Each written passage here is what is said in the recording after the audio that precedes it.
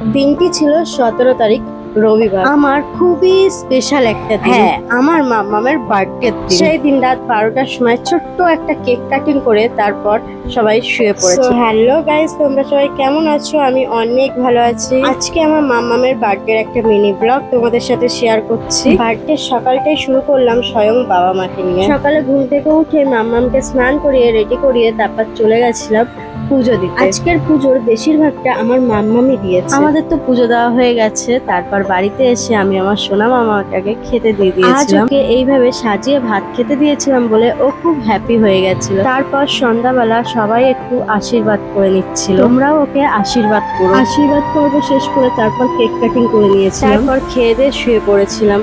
পরের দিন মানে সোমবার সকালবেলায় স্কুলে গিয়েও সব বন্ধুদেরকে চকলেট দিয়েছিল। তা যতটা পেরেছি তোমাদের সাথে শেয়ার করেছি। যদি তোমাদের ভালো লাগে তাহলে অবশ্যই একটা লাইক করে দিও। আজকের ভিডিওটা এই পর্যন্তই। টাটা।